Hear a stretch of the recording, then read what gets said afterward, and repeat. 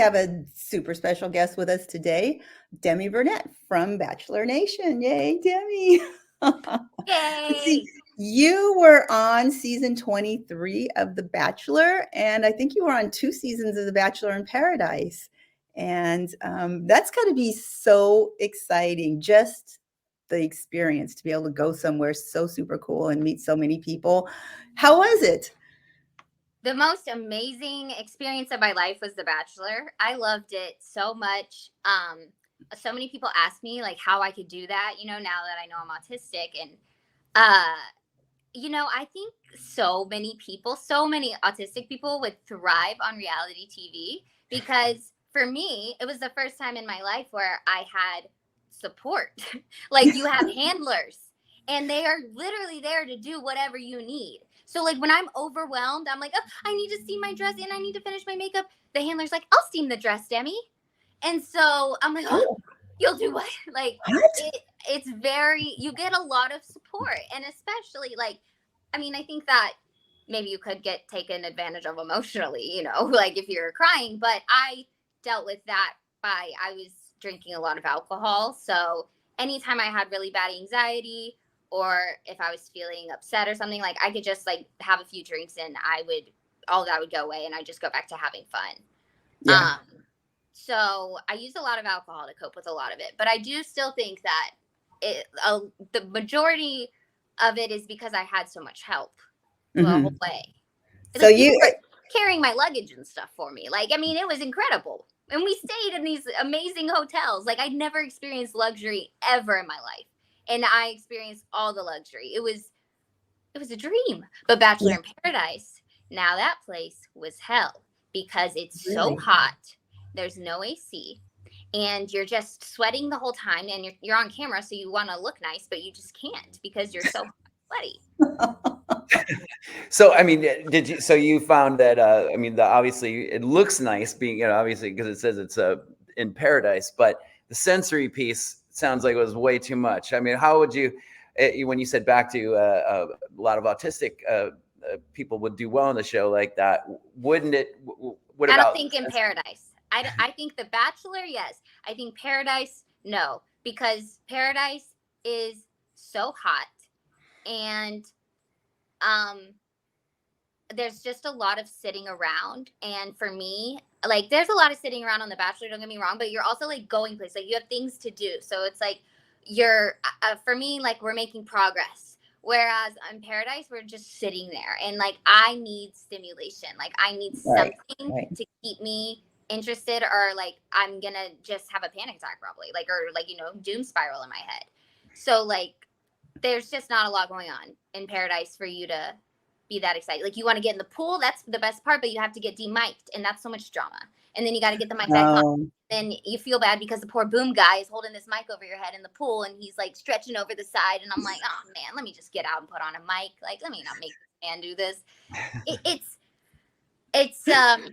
I drank so much more in Paradise, especially the second time. The second time I was drunk the entire time, like bad. No. Was that just looking back to cope with the sensory challenges and just not getting just having to sit there? There was nothing to do? I think part of it, yes. And I think the other part was that I would start getting alcohol withdrawals if I wasn't drinking. I had a bad drinking problem at that point. Mm-hmm. So, but a lot of it too is like I had so much anxiety about needing a drink. Like I was making my anxiety was so much worse because I was like, I need to drink. And I was like, I think I need to drink because I think I feel bad. And like, it was a nightmare revolving around alcohol. Right. And now you're 3 years sober, correct? Yes, almost. In July, I will be 3 years. But yeah. Congratulations. Yeah, congratulations. And so what have you done to, because obviously, if you stop something, a lot of times it has to be replaced with, in the best case, something positive that does the same thing, or that performs the same role for you. What have you done instead of relying on alcohol to be able to cope with, some of the anxiety and some of the sensory issues you may experience? It's funny because I started my realization into like, oh, I'm autistic. Like this is autism. Like that's what's up with me is because whenever I stopped drinking, like 6 months after, I was like, how did I just like stopped? Like I had to go to the hospital because I had seizures. I almost died. But like once I got to the hospital and I went home, I never once was like, yeah, I want to drink. Like, no. I was like, thank God.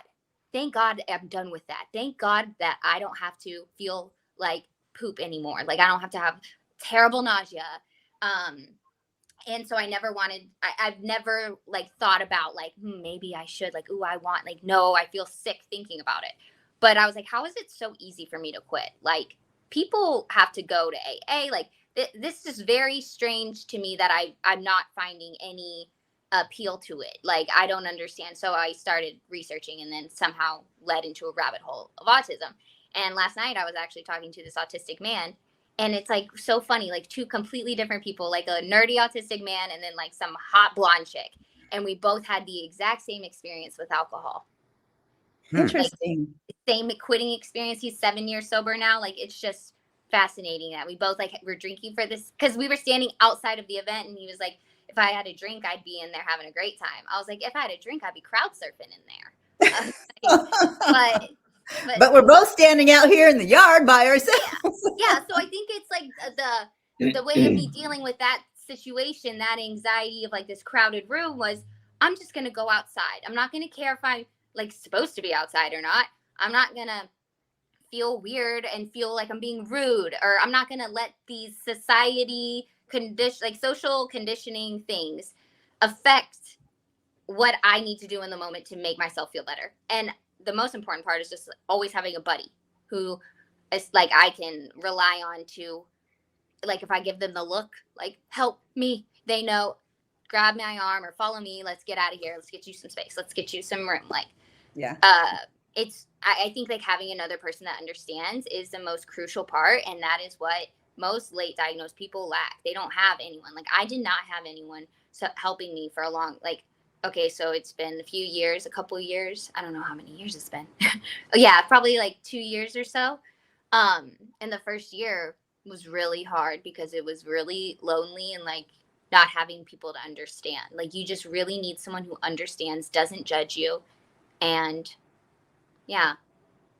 I was curious. So do you feel that, I mean, being at this point in your life, now that you have more people who are understanding, you have more people, it seems, are supportive and are being able to provide help where necessary, that's replaced the need for alcohol and more than, or that's taken the place of what alcohol is doing for you in the past? I would say, yeah, I've never even thought about it that way, but yeah, like where my anxiety, I would, whenever, anxiety triggered, I would think drink, help me, calm me down. Now I look to someone who can make a fart noise and it'll give me that same relief, So you must have a boyfriend somewhere. No, the dogs are good at that, I have to say.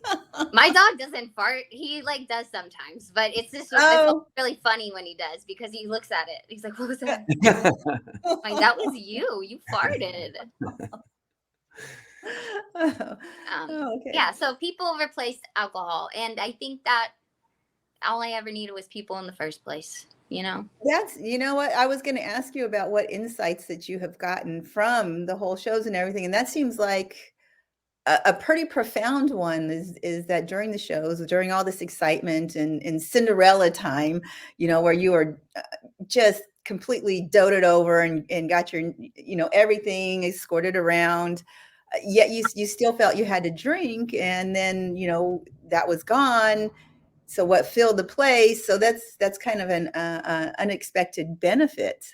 You got to know yourself and got to know what helps you, and create a support system that really helps you grow, rather than, you get stuck in, I got to have a drink, or else I can't get through this meeting, or I can't get through this social event. And if I want to go stand outside and pace a minute, I can go do that, because I feel strong now. And, Yeah. And too, a lot of it is like you have to really be honest with yourself, in the sense of like, hey, you've been trying to be this boss bitch for so long. Like, you've been really acting like you can conquer the world and like you can do anything, but when you think about everything that you've done, you needed help every step of the way to get there. Like every major thing that I've ever done, like I did not do it by myself. There was someone who I was panicking next to, being like, "Hey, can you help me figure this out? Like, I don't know what to do." Like, there was someone there who was supporting me and helping me get through it. So it's like a realization of like, I'm not who I thought I was or who I was trying to be, but like not in a bad way, because I feel so much better just like accepting that I cannot do it all and that I do need help and that it's okay to need help. I don't know who shamed me into thinking that needing help is a bad thing, but somewhere along the way that happened. So Yeah. it's like undoing so much shame and just letting yourself be. And a lot of that does start with like isolating yourself, because you sometimes you can be so confused with people around you about what you really feel, because you have people telling you how you feel and you're just like, what? I don't know. So like spending time with yourself, getting to know yourself and like what you really like, don't like, and having people like, you lose a lot of people in your life. I'm not gonna lie, a lot of friends, because it you're it's weird for them, it's complicated for them, it's whatever, it doesn't even matter, because no love lost. I mean, it's okay, we don't have to all be friends, but you will have friends who will stick around, or there will be new people that come around, and it will benefit you and it will change your life. Like, don't give up. There are people out there who are going to support you and understand and love you. And there's more and more of them coming to be, with all the information being shared on the internet. Yeah, don't get too discouraged, especially if you're like isolating yourself right now. Like, there is brighter days ahead. Man, I was in it for a while. I was down bad for a while. Yeah. It almost How were your high school? I would say, how were your high school days? You know, I really liked like, I didn't have as much anxiety in high school, because I think it was like I had a structured routine, whereas now like I'm a content creator. Like my manager helps me so much with like my to-do lists and whatever, and like what I need to do, because I'm like always just in fear of like, what do I need to get done? Like, what needs to get done? So in high school, like they made sure that I got it done. Nobody's making sure that I get anything done anymore, and I hate it. But yeah, I was very in high school, though, I remember like I had amazing grades. The school was never a problem for me. What I was so hyper focused on the entire time was the social aspect, and how to do it right, and how to not mess it up, and how just trying to be like hyper fixated with being like popular or cool, but also like we didn't really have that like a popular group or anything. So it was just like maybe making sure everyone like talked well about me. I don't even know what my goal was, but I just was so hyper fixated on making sure I was doing it right, not messing it up. And yeah, it was actually bizarre, and it ate me alive. I remember so many people saying that they thought I was stuck up because I didn't say hi to them in the hallways or stuff like that. And I was like, in the hallway, I remember I would just be looking for the classroom door. Like, trying so hard not to look at anybody. But I didn't realize I was doing that. Now I know, like, when I go outside, literally, if I have to walk by someone, I walk by them with my eyes closed sometimes, because I allow myself to. I'm like, what are they going to do? Tell me to open my eyes? No. Like, they're just going to keep walking. Like, you don't have to look. It's okay. I actually had a question about that, because in our last edition of Autism Digest, we had a couple articles about eye contact. And I think that that's a very misunderstood thing with autistic people, and maybe, neurotypical people. What is difficult about eye contact? And I think it helps to hear autistic individuals describe the way they feel when they have to engage in direct eye contact, or what are strategies they use with to make and sustain eye contact in a conversation, because it feels different for neurodivergent people. I mean, this is documented, so I'm curious to hear what you think about that. Totally. For me, I feel like when there's eye contact being made, I feel like pressure and expectation from their eyes of like, I feel like I need to be giving the reactions that they want from whatever story they're telling or whatever they're saying. And I feel like their eyes are looking to my eyes to be, like, I don't know, like engaging with them, or like I just feel pressure and expectations from eye contact. And so that just makes me like, I just don't want to. But I mean, there's also times where like when I'm comfortable with you, I won't mind. I love it. I look directly into your eyes and talk to you. Mhm. But then if I'm thinking about it for a second, sometimes I'll get really scared and freaked out about it and just like, oh my God. Like it's weird. It's a lot of it has to do though with mainly like what people are expecting me from their eyes. So like I wear sunglasses all the time. Mhm. Because it saves me. It saves me. I feel a million times better if I can just put sunglasses on because I feel um like I'm I no longer have to follow these rules with my eyes, you know? Right. I've heard of that and know people who feel that way. Really? For sure. Absolutely.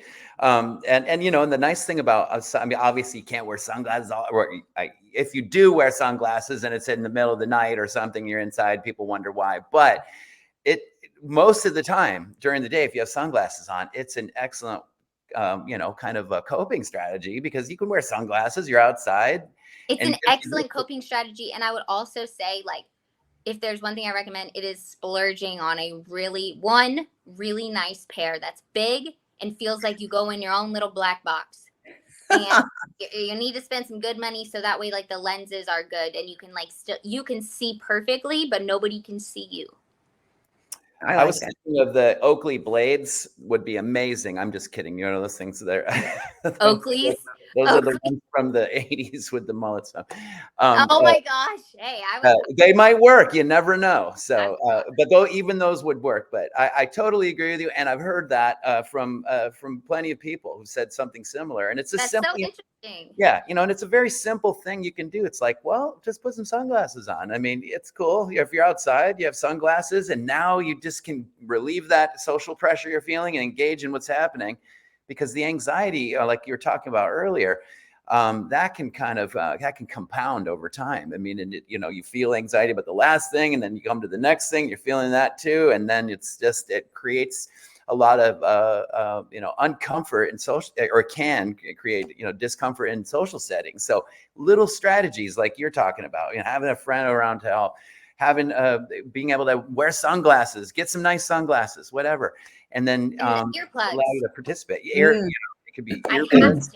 I have to. I wear those loop earplugs. If I wear my headphones, my Apple over the ear ones, or if I'm like going somewhere, you know, that'll ruin my outfit or something, I wear my earplugs. And those loop earplugs, I have no idea how I did it without them. I have no idea. Since my diagnosis, maybe a little bit before, since I started wearing ear protection outside, I have not been outside without it.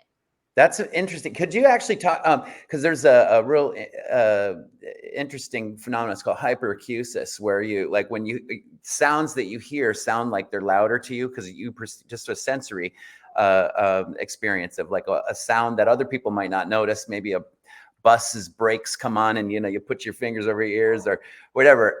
That can be something that other autistic people experience, is that they're just sound sensitivity, and then. What are some strategies? So like you said, you wear, if you got an outfit, you don't want to wear large headphones, you wear earbuds. Was that why you wore them? Because of that sound sensitivity and just kind of hearing sounds you didn't like? Or it's unexpected sound. So like a loud car, that, oh my gosh, like that, I remember my whole body, I could feel it in my chest and my stomach of just fear, or like I don't even know what adrenaline, you know, from that. Any kind of unexpected sounds, like something slams and I'm like, what was that? Like I don't even and then I'll tell people, sorry, I'm a panicker, like literally ignore me, because I know this is completely mad, but God, that freaked me out.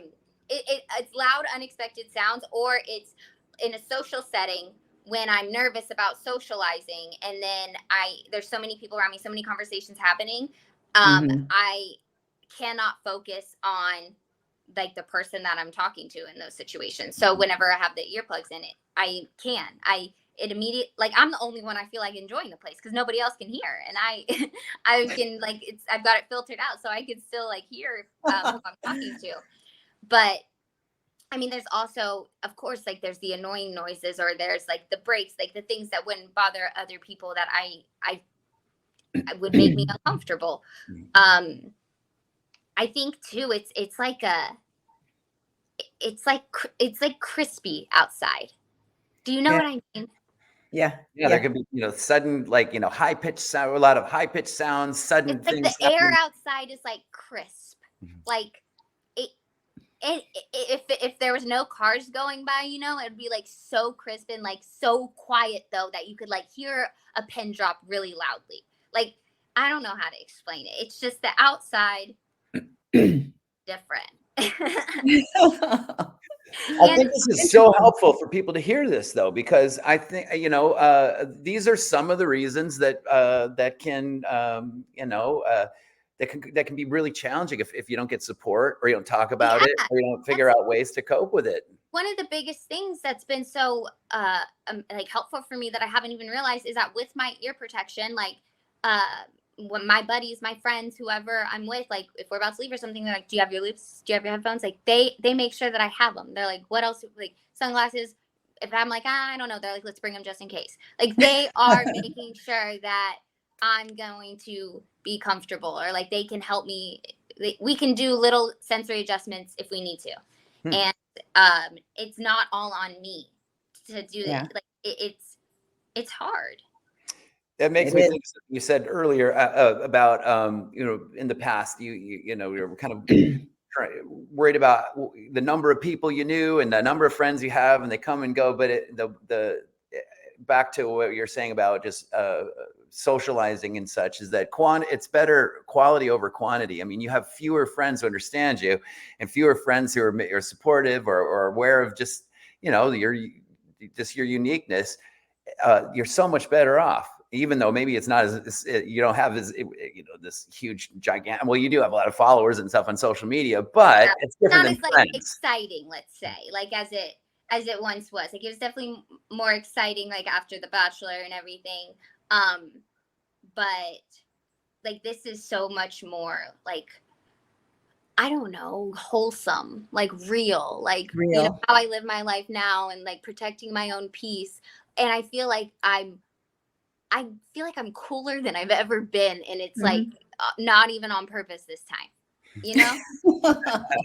That's great. No, this is great. This is a great message, that we're able to kind of get to just by talking about this, is that, as you accept the unique traits about yourself, and then just surround yourself with people who also accept you, then it helps you thrive. It helps you be able to meet your potential.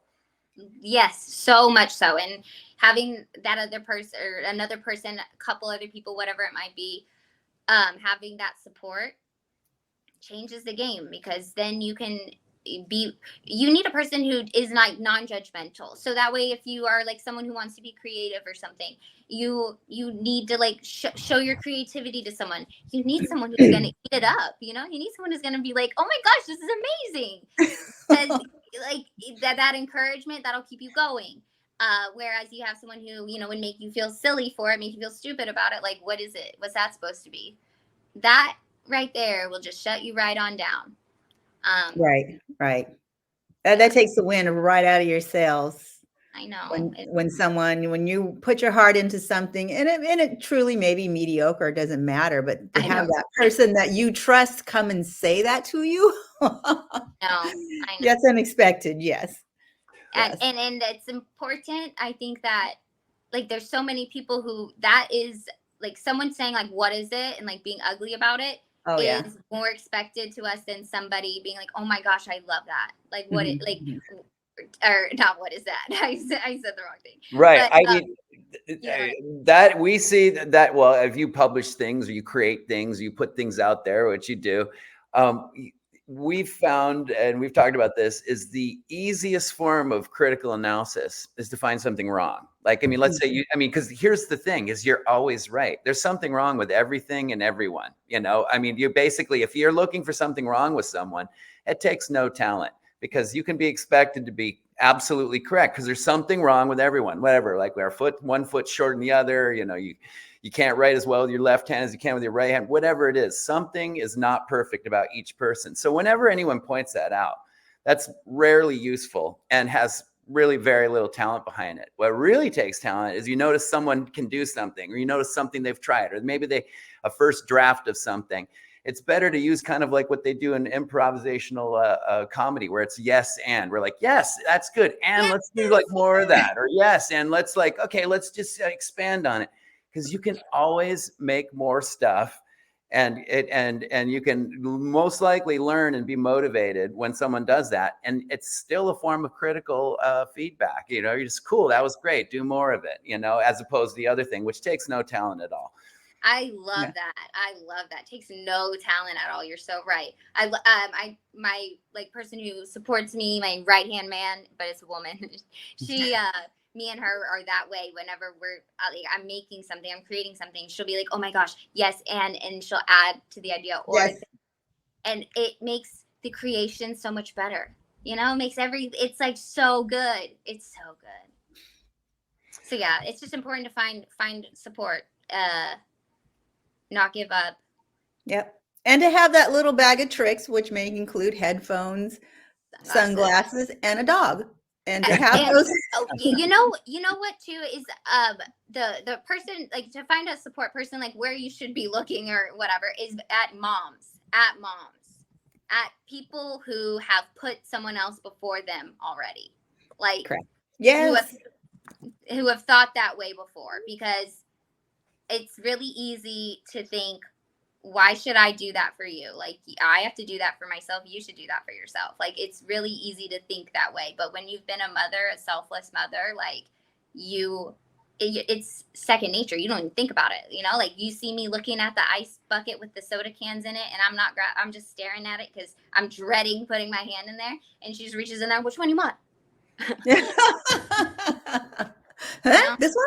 Or this one? Literally. I'm like, wait, can I see another one? She doesn't mind. She's still digging in there. And I'm like, not one complaint, nothing. And I'm like, this is like, people are made for each other. Like, because then what do I give to her, right? Let me tell you, she went on 2 trips recently. She went to Hawaii and she went to DC. I styled her with all my clothes. We, like, the week before her trip, we were in my closet every day. I mean, I was putting everything on her, down to the accessories. I mean, she didn't even have to think about what to pack. We did it all. I styled her so good, and with all the coolest, cutest stuff. So, like, we benefit each other in different ways. Right. Oh, there's fits. It's mutualism. Yes, absolutely. Well, this is great. This has been, I didn't even have to ask one of the boring questions, but I think we answered them all, Demi. Just in conversation, I think it's probably one of the best interviews we did. Thank you. This is great. Yeah, because I think one of the things that we try to focus on is someone who's been able to accomplish something, someone who's been successful. What are the things that help them do that? I mean, particularly for autistic people, but also for other individuals too, because anyone who gets anywhere, like you said, I mean, you probably have someone helping you. And then you also had to overcome some challenges to get somewhere. And then what did that look like? And I think the things that you talked about are very relatable to the people who read the magazine or, watch the media that we, release. And those are things that they can do. I mean, like, put some sunglasses on, if you're outside and it makes you uncomfortable. That's simple. It'll really change your life. Putting on sunglasses. Like, even yesterday I was in the car at this event, looking at the venue, seeing all the people. And I was like, oh my gosh, I'm going to throw up. And I was like, you know what? I need sunglasses. Let me put those sunglasses on. They don't match my outfit. I don't care. I was like, and I immediately was like, let's go. I'm ready. Let's get out there. It really can make such a huge difference. It's just, you got to make sure that you have them on you. Have it on you. Have a bag ready to go, and have whoever you're with knows that it needs to be there too. Right. Just in case you forget, or, here's your bag. Don't forget. Sunglasses will make you feel better. This is getting a little overwhelming. Sunglasses will let you hide. Like, yes. You can hide with them. Like, it's basically like I hide, but I don't look like I'm hiding. I just look like I'm chilling. Glamorous. You look probably with the sunglasses. That's a good adaptive strategy. Glamorous. Look at her. She went to the glam side. Oh my gosh. She's yesterday with my sunglasses on, there was like this lady was taking pictures. She was like, do you want to take off your sunglasses? I was like, no, it's giving Hollywood. I'm just ultra glam now. That's all. Yeah, I'm just really cool. Well, Demi, I want to thank you for your time. This has been amazing, and I think well, I'm going to end the stream now, and then I have a little bit of follow up afterwards. So, Well, but thank you so much for Ryan, talking to us thank you. about this and sharing all your experiences.